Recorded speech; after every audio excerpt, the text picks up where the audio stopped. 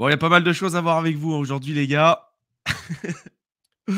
Pour tous ceux pour qui c'est leur premier vraie correction, ou en tout cas pour la première fois qu'ils puissent voir en fait leur portefeuille dans le rouge, ça fait toujours bizarre. Après, je peux vous dire, à la longue, on s'y habitue quand même, hein. Et je pense que c'est un.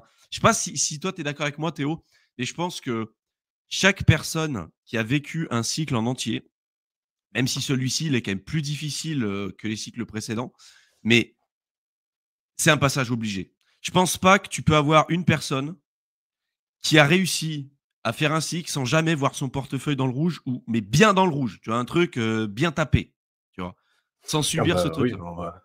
écoute, moi je suis plutôt d'accord. Franchement, le titre de la vidéo de la dernière live, c'est on n'est pas bien là, franchement. Le portefeuille déglingué. En plus, on est malade tous les deux. Moi, je parle du nez, tu vois, je suis en train de prendre des cachets pour essayer de me requinquer. On est malade, on a le portefeuille dans le rouge, on est bien là, franchement. Mais bon, au final, c'est une étape, tu vois, ouais. Et c'est ce qu'on te disait. Et c'est en train d'arriver, tu vois, mais sur un bull run, une correction de 30-35% sur Bitcoin, c'était pas hors de propos. Et pour l'instant, on avait eu du 10%, 12%. Bon, tu vois, ça bougeait pas trop. Là, apparemment, c'est en train de se rattraper un peu. Donc, au final, tu vois, on reste quand même sur une correction bon, qui commence à piquer. Bon, à voir si ça va remettre en cause de cycle. Après, je présenterai aussi sur les marchés parce qu'en fait, c'est pas vraiment la crypto en fait qui dévisse, hein, c'est le reste et du coup c'est un pack la crypto comme à chaque fois. Mais bon, on va avoir des données comme à chaque fois et voir où on en est. Mais c'est vrai que du coup pour avoir déjà connu même des drops plus gros, j'ai trouvé des fonds de caisse et du coup j'ai fait des petits transferts pour essayer de recharger parce que je me dis bon bah tant pis, écoute maintenant on y est, de toute façon foutu pour foutu. Soit on est con, Le soit on est buy des the dip. génies, mais ouais, on buy the dip.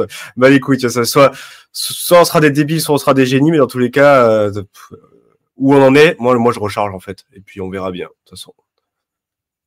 Mais je vais vous montrer, on va refaire une analyse de marché comme d'hab, on va revoir un petit peu où est-ce qu'on se situe, on va essayer d'entrevoir différents scénarios. Voilà, dans tous les cas, il n'y a aucune vérité. Vous pouvez chercher à droite, à gauche, ce que vous voulez. Il n'y en aura aucun qui sera capable de prédire et de prévoir l'avenir. Mais par expérience, là, d'ailleurs, si on regarde juste l'aspect, l'indice Fear and Greed Index, qui n'est pas l'indicateur que je préconise dans tous les cas, parce que bon, il y a d'autres indicateurs qui sont quand même plus pertinents que ça. Là, dernièrement, on est passé en dessous des 10. Pour donner un ordre d'idée, quand il y a eu le crack du Covid, on était à 14. Là, on est à 10. Et le Bitcoin, il est presque à 80 000. Enfin, il était descendu un peu en dessous. Bon, on va voir les structures et les niveaux techniques et entrevoir différents scénarios ensemble. Historiquement parlant, quand on achète des périodes comme ça, on est quand même sur des niveaux intéressants. Après, est-ce que ça ne veut pas dire que ça ne peut pas descendre plus bas et bien plus bas? Évidemment que si. Et c'est pour ça qu'on vous explique avec Mickaël depuis un certain temps que la personne qui vous dira ce scénario-là, il n'est pas possible, c'est une connerie. Tout est possible. C'est jamais urgent d'investir. Il est toujours pertinent et important de gérer son risque, de ne pas utiliser des effets de levier. Mais c'est un truc de base, hein. Franchement, on le répète à chaque fois. Mais tant qu'on ne l'a pas vécu, et là, ça vaut le coup vraiment d'appuyer sur ce point-là, parce que pour ceux qui avaient leur portefeuille en ATH il y a quelques mois en arrière, aujourd'hui, ils vivent pour la première fois le truc en se disant putain, j'avais du life changing, là, je ne l'ai plus. Et là, psychologiquement, c'est extrêmement dur de pouvoir le vivre. Et donc, ça rappelle et de vous dire que si demain, et moi, le scénario que j'entrevois le plus, c'est qu'il y a une continuation de la tendance sur la fin de ce cycle et que l'argent que vous avez aujourd'hui vaut beaucoup plus que l'argent que vous pourriez potentiellement avoir demain. Si, à un moment donné, vous vous retrouvez avec des plus-values qui sont significatives, importantes pour vous, et que vous avez déjà fait, j'en sais rien, moi, un x10 sur un projet, et que vous vous dites, ah mais ça peut peut-être encore faire x2, bah, ce petit x2 là, que vous attendez, le petit chouillème de plume de plus, c'est ce qui risque de vous faire tout perdre en fait du jour au lendemain. C'est ça la réalité. Et là, pour la première fois, il y a tous ceux qui faisaient les fanfarons là, sur novembre, décembre, avec les mêmes coins et tout. Pour la première fois, ils se prennent des vrais dérouillés dans leur face qu'ils ne s'attendaient pas. Parce que pour beaucoup d'entre eux, c'était en mode la méta même coin, le hyper cycle même coin avec Murad et tout le bordel. Là, pour la première fois, ils voient la vérité en face et ils voient ce que c'est en fait d'avoir une vraie correction. Et au final, c'est ce qu'on vous explique aussi depuis maintenant un certain temps. Il il y a toujours des narratifs. Et ce qu'on appelle des narratifs, c'est un peu des bonnes histoires qu'on veut raconter aux enfants. Aujourd'hui, on reste quand même des adultes, mais on aime bien se raconter des histoires. On aime bien croire qu'il y a une raison qui pourrait pousser que on va avoir des capitaux qui vont aller plus vers tel ou tel actif, ou qu'on serait peut-être plus protégé parce qu'on serait plus sur l'IA, qu'on serait plus vers les mêmes coins. La réalité, c'est que si le marché ne souhaite pas augmenter et si on n'a pas des vrais catalyseurs comme des ajouts de liquidités, d'accord, là on est toujours en quantitative tightening, hein, d'accord, avec un resserrement des liquidités. Tant qu'on a une dominance du Bitcoin super élevée et pas de perf sur l'Ether, vous aurez beau avoir les narratifs que vous voulez en tête en vous disant moi je suis sur tel truc, on va être décorrélé, vous serez décorrélé mes fesses et vous allez vous faire éclater comme tout le monde. Ça, c'est une vraie leçon. Et que si on a des narratifs qui augmentent à un moment donné, plus ils augmentent vite, plus ils augmentent fort, plus la correction sera rapide et brutale et elle arrivera dans 100% des cas. D'accord. Donc là, ça vaut le coup de remettre euh, les mains un peu sur la table et de se dire, OK, qu'est-ce que j'ai fait de bien? Qu'est-ce que j'ai pas fait de bien? Est-ce que j'ai bien géré mon risque? Est-ce que j'ai de la conviction sur certains projets? Est-ce que j'ai envie de renforcer là-dessus éventuellement? Parce que là, on reste, pour moi, dans des super moments pour continuer d'accumuler. Si on a toujours la conviction et la vision du marché crypto qui évolue là dans la suite. Si par contre on considère que c'est la fin, et là j'en vois beaucoup aussi sur Twitter qui disent c'est la fin, c'est la fin, c'est la fin, mais qui continuent de suivre les chartes et tout. Putain, mais si tu penses réellement que c'est la fin, va dehors, hein. Va dehors, sors, j'en sais rien, va voir tes amis, mais il y a d'autres choses plus intéressantes que de regarder les graphiques. A priori, ceux qui sont là aujourd'hui et qui sont encore en train de dire c'est la fin, mais qui continuent de regarder les graphiques, et même eux, ils sont pas convaincus d'eux-mêmes. Tu vois, c'est que les gars, ils sont quand même toujours en train un peu de regarder. Mais si tu es convaincu que c'est la fin, vends. Arrête de pleurer sur les réseaux, et puis va dehors. Il y a plein de choses intéressantes à faire dehors, hein. La crypto, vraiment, c'est rien du tout, hein. Donc, il y a peut-être des trucs que tu voulais me présenter, Théo, avant ou Ben, avant de passer à l'analyse technique, regardez le marché global en fait, hein, pour Ouais. comprendre un peu ce qui. Bah, je vais présenter le bubble peut-être avant. Je vais Vas-y, représenter le bubble on rapidement. fait ça. Avant qu'on commence, les gars, pour tous ceux qui ne nous ont pas rejoints sur Twitter et sur Telegram, rejoignez-nous. Vous avez les deux liens dans la barre d'infos. Il y a pas mal de choses qu'on vous présente en ce moment qu'on ne peut pas forcément mettre sur YouTube. Pas mal de graphiques, etc. Donc, faites-le. Vous avez les deux liens juste en dessous. Je vais vous partager l'écran. Hop. Tac.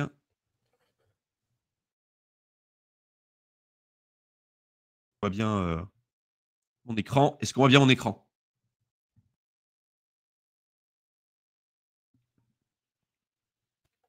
Ouais, c'est bon, j'étais en train de baisser le son, tousser un petit peu parce qu'apparemment c'est fort. Mon son, Ah. vous me direz si c'est mieux le son. Il y a Mister B qui me dit c'est un peu fort. Je viens de le baisser. Et le mien, il est fort aussi ou pas? Ou le son est bon? C'est vrai que j'ai pas fait de check sur le son et la vidéo au début. Ouais, moi je t'entends bien dans le casque, mais après je sais pas. Sinon baissez le volume. Confirmez-nous, les gars. Les deux. Ouais. Confirmez-nous, les gars, si c'est bon pour vous, son, vidéo, et puis faites péter le like direct comme ça c'est fait. J'ai l'impression quand même que c'est bon, les retours que j'en ai, mais Yes. bon, vous nous direz. Donc bref, pas de nouveauté hein, sur le crypto bubble, vraiment bien rouge tapé sur le jour, une belle correction. Ouais, il y a pas là clairement, il y a pas de survivant.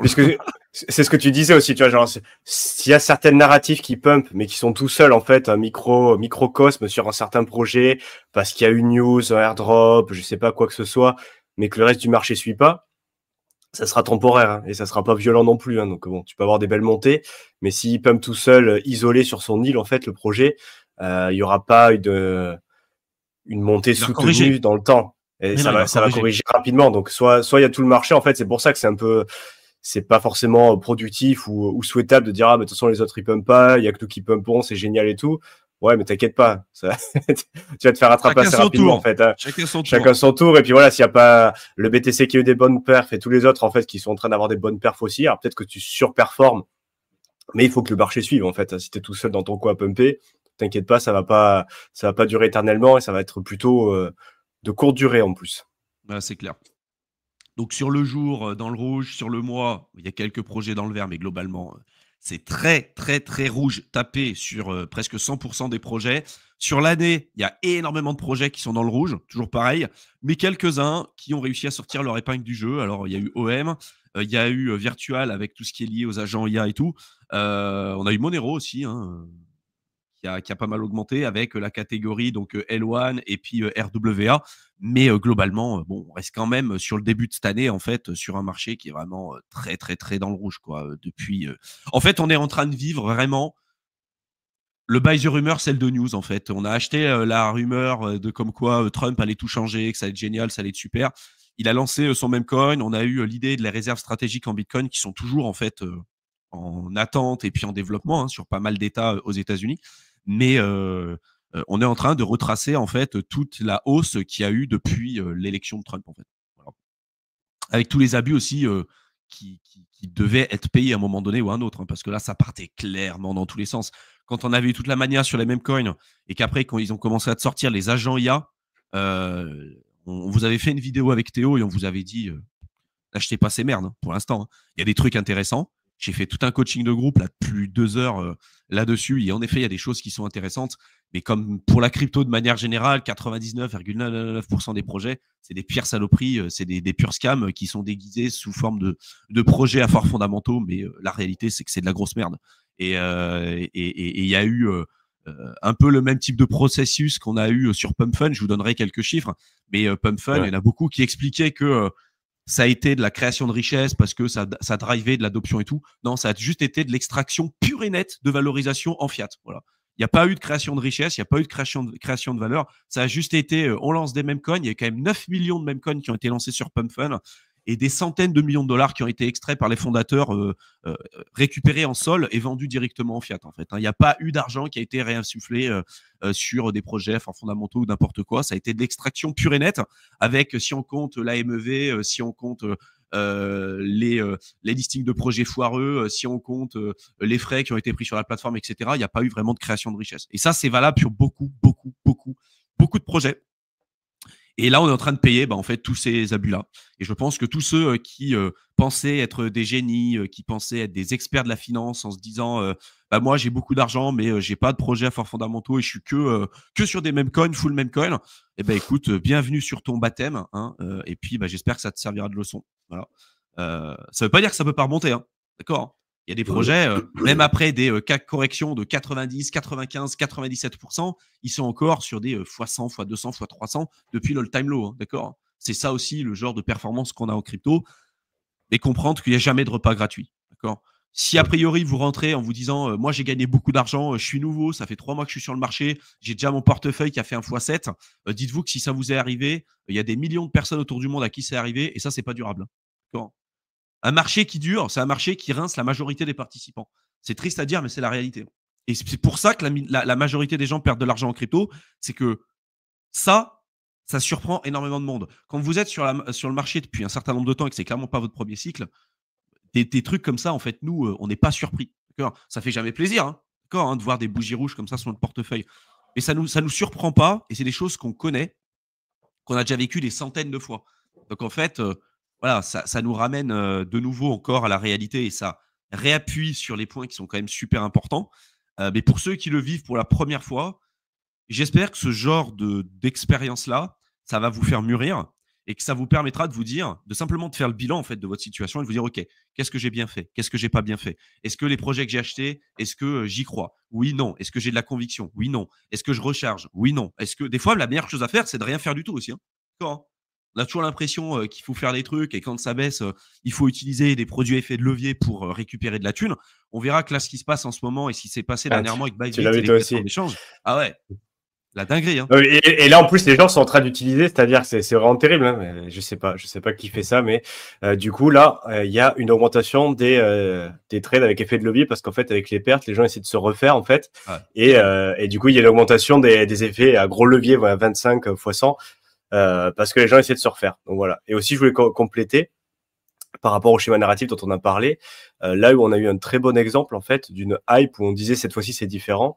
Et petit à petit, on s'est rendu compte que c'était pas si différent, hein, notamment sur les mêmes coins. Quand on y repense bien, bon, on en avait parlé, mais en novembre justement, quand il y avait Mourad qui avait fait tout son raffut, non, avec la liste des nouveaux meme coins qui vont jamais descendre. Cette fois-ci, c'est le super cycle meme coin. Il y aura pas d'all season, c'est des coins de VC, c'est de la merde. Ce qui compte maintenant, c'est les coins lancés par la communauté, fully diluted dès le début. Cette fois-ci, ça retombera jamais. Bon, au final, ça a corrigé. et regarder au final jusqu'où on a allé, parce que je vous l'avais déjà dit à l'époque en fait, parce on l'avait déjà vu en fait sur les NFT et en 2022 et sur la première vague des meme coins en moitié d'année, quand on se faisait chier pendant la correction de mi-cycle en été 2024 en fait. Qu'est-ce que c'est des signes de bottom de trend sur cet écosystème? C'est quand tu commences à voir des trucs un peu farfelus, et notamment les streams, les mecs qui faisaient n'importe quoi en stream pour essayer d'attirer un peu d'attention.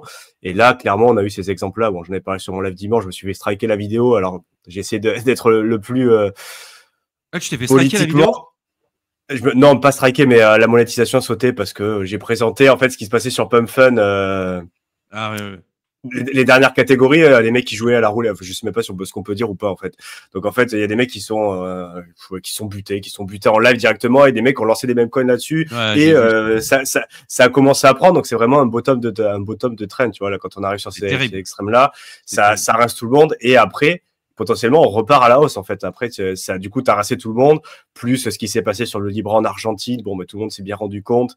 Au final, on a bien déchanté, ce qui potentiellement indique un bottom sur cette partie-là, et ça pourra remonter, et à mon avis, il y aura un autre retour des mêmes coins, alors peut-être un peu différent, peut-être sous d'autres plateformes et des choses comme ça, mais en tous les cas, c'est cyclique. Donc, juste un autre point de données pour dire, regardez, à chaque fois qu'on nous dit c'est différent, c'est jamais différent, et on a eu un exemple très récent avec les mêmes coins, mais vous inquiétez pas, le super cycle sur Bitcoin, ça sera pareil, il y aura toujours une bonne excuse en nous disant les instituts sont là, et on va le voir après, mais les instituts sont là, mais là, ils sont plutôt en train de sortir, en fait. Là.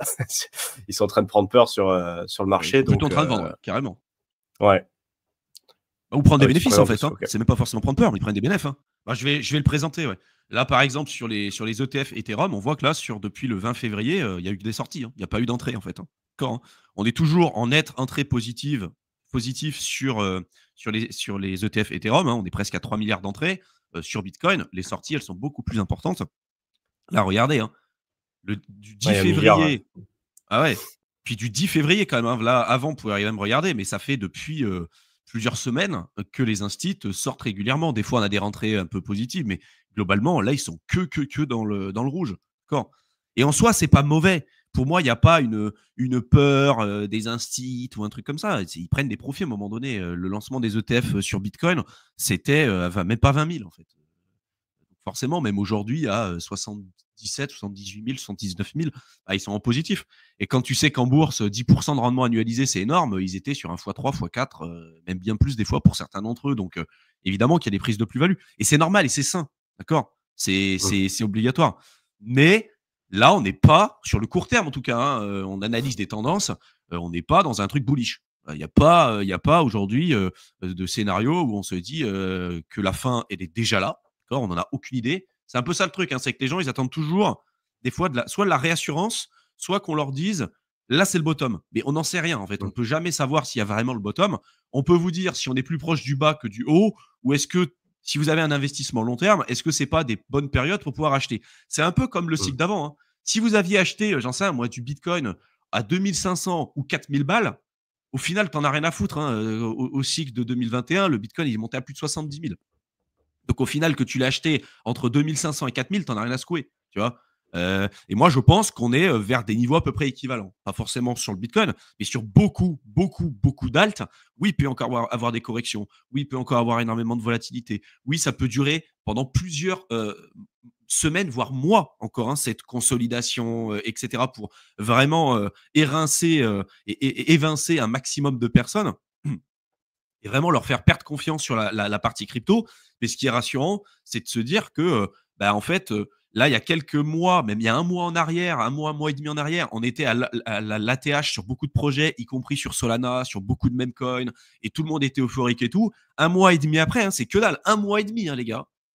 Un mois et demi après, c'est bon, c'est la fin, c'est fini et tout. Parce que les projets, ils ont corrigé, je sais pas, de 60%, 70%, voire bien plus pour certains d'autres. Alors que c'est attendu, d'accord ? C'est pas un truc où on peut se dire, ouais, mais cette fois-ci, c'est différent. Parce que non, c'est arrivé des milliers de fois en crypto, ce genre de truc. D'accord ?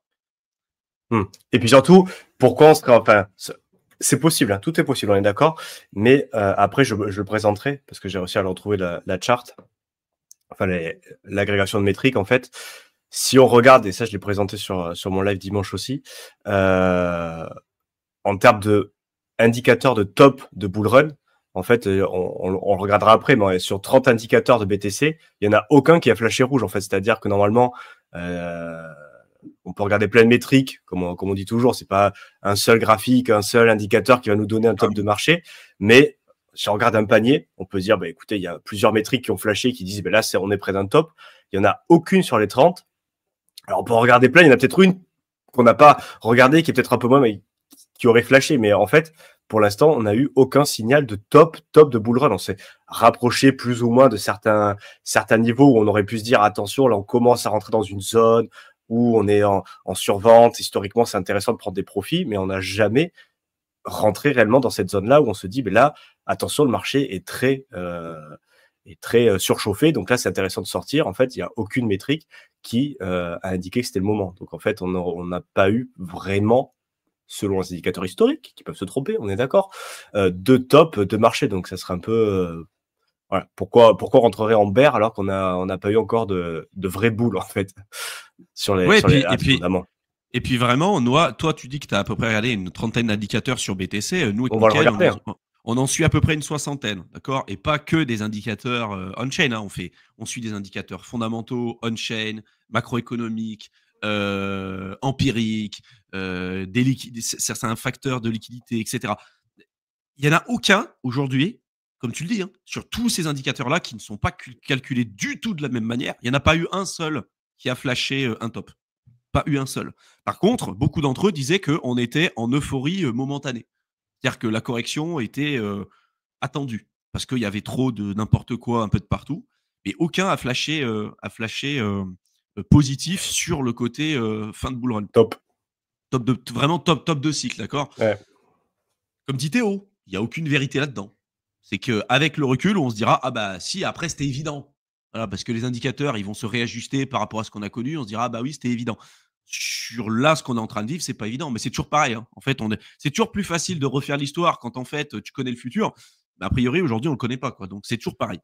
Il y a de la conviction à avoir, il y a de la gestion de risque, il y a différents scénarios. Et aujourd'hui, parmi les différents scénarios, vous allez voir, on va vous en présenter quelques-uns qui sont intéressants pour ceux déjà qui se disent est-ce que je rentre et est-ce que c'est le bon moment pour pouvoir rentrer. Là, pareil, hein, je vais essayer de vous présenter différents scénarios. Ceux qui pensent que c'est terminé, écoutez, je pense que le mieux, du coup, c'est de vendre. Hein. C'est terminé pour vous, fin du bull run. Ça sert à rien d'attendre. Hein. Parce que si là, pour le coup, vraiment, le scénario, c'est le bull run est terminé, là, la correction qu'on a eue, c'est rien du tout. Hein. D'accord. Là, on est encore sur un Bitcoin à presque 80 000. Si on a une correction, le Bitcoin, tu peux très bien le voir descendre. Vraiment, si on part en bear market, hein, d'accord. Hein. Le dernier bear, le Bitcoin, il est passé de 70 000 à 16 000 $, d'accord. Le top. C'est qu'à 80%, 85, 88% de correction. Donc, si on est à 108, voilà. Tu retombes à 23, 25K, quoi. Voilà. Donc, je vous laisse imaginer sur les alts. Hein. Donc, ceux qui pensent réellement et sincèrement, et il n'y a aucun souci, hein, moi, je respecte tous les avis, vendez maintenant. Parce que ça va descendre bien plus bas. Voilà. Et si vraiment, pour vous, c'est la fin, c'est terminé, machin et tout, vendez et sortez des réseaux et arrêtez d'être là, même à regarder le live. Hein, parce qu'il y en a beaucoup des fois qui te disent non, mais c'est la fin, c'est le bear. Et les mecs, ils sont encore en live. Putain, mais fais autre chose. Hein. Moi, si vraiment je pense que c'est le bear, j'ai autre chose à foutre que de rester sur un live et écouter ce genre de truc. Hein. Vraiment, voilà. Faites-vous pas de la peine et puis faites pas perdre du temps aux autres. Pour ceux qui, par contre, arrivent à prendre un peu plus de recul et qui ont envie et qui sont convaincus qu'il y a quand même des bonnes périodes et des choses encore super intéressantes qui risquent d'arriver dans les prochaines semaines, prochains mois. Moi, je fais vraiment partie de ces personnes-là. Et c'est peut-être aussi parce qu'on a un biais, on a tous un biais, hein, d'accord? On peut avoir des biais négatifs, des biais bear ou des biais permaboule, il n'y a pas de souci. Moi, franchement, de par l'expérience qu'on en a et de par tout ce qu'on suit jusqu'à maintenant, il n'y a rien qui nous fait dire que c'est la fin. Pour moi, c'était une correction qui était attendue, qui était obligatoire et qui était nécessaire pour une vraie continuation. Et dites-vous que plus il y a de gens qui pensent que c'est la fin, qui pensent que c'est terminé, qui vendent à perte, qui prennent des moins-values extrêmes et qui essayent de faire des trucs à effet de levier, vous allez voir, plus c'est synonyme d'un retournement et plus c'est synonyme d'une très belle continuation ou d'une alt season peut-être même supérieure à ce qu'on aura connu par le passé. Et c'est ça qui est énorme. C'est qu'en fait, moi, je me souviens vraiment de la période avec le Covid, en mars 2020, quand le Bitcoin a pris en quelques jours moins 50% et que même plus que moins de 50%, il a pris moins 60, moins 70% en quelques jours. Les alts ont pris bien pire. Et là, tout le monde, vraiment, il n'y en avait pas un sur les réseaux qui disait il va y avoir une alt season, il va rien avoir. Vraiment, c'était un truc de fou. Et pour autant, on a eu une alt season extraordinaire. Et moi, je pense qu'à chaque fois, le marché va prendre le contre-pied. Et aujourd'hui, le contre-pied, c'est quoi? C'est d'acheter la peur, en fait, tout simplement. Par contre, acheter la peur, ça ne veut pas dire que ça ne veut pas descendre plus bas. C'est pas parce qu'on a un alt qui a perdu moins 70% en 3 semaines qu'il ne peut pas reperdre 90% dans les 3 semaines qui suivent. C'est ça la réalité, en fait. Et c'est ça qui est un peu compliqué pour beaucoup de gens, c'est de se dire, ah bah là, on est déjà, franchement, là, on est déjà sur un point bas. Peut-être, ou peut-être pas. Et c'est ça le truc, c'est que quand ça descend et que tu as acheté 20 fois le dip, tu te dis, d'un moment, fait chier, quoi. Acheter le dip 20 fois, ça commence à me casser les couilles. J'ai plus de liquidité, quoi. C'est ça aussi le truc. Hein. Et des fois, la meilleure chose à faire, c'est de ne rien faire. Vraiment. Hein. La pire chose que vous puissiez faire, c'est de vendre dans la panique. C'est-à-dire de vous dire, je ne sais pas, ça va vraiment descendre et tout, mais de paniquer et de vendre. Et en général, quand vous paniquez, c'est qu'il y a des millions de personnes autour du monde qui paniquent et souvent, c'est signe d'un bottom. Ou de vouloir, encore pire que ça, hein, vouloir récupérer vos pertes en ajoutant des effets de levier ou en ajoutant de la gestion active de votre portefeuille dans des périodes comme ça. En se disant, là, il y a un narratif qui pump, je vais aller dessus. Parce qu'en fait, c'est pas tenable.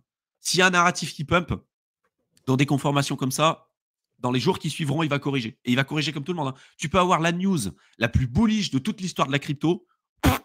S'il n'y a pas de liquidité, si la Bitcoin a encore une dominance comme ça et que l'Ether n'a pas de belle perf, ton alt, il fera rien du tout. Hein. Il se passera rien. Et ça, beaucoup de gens ont du mal à le comprendre.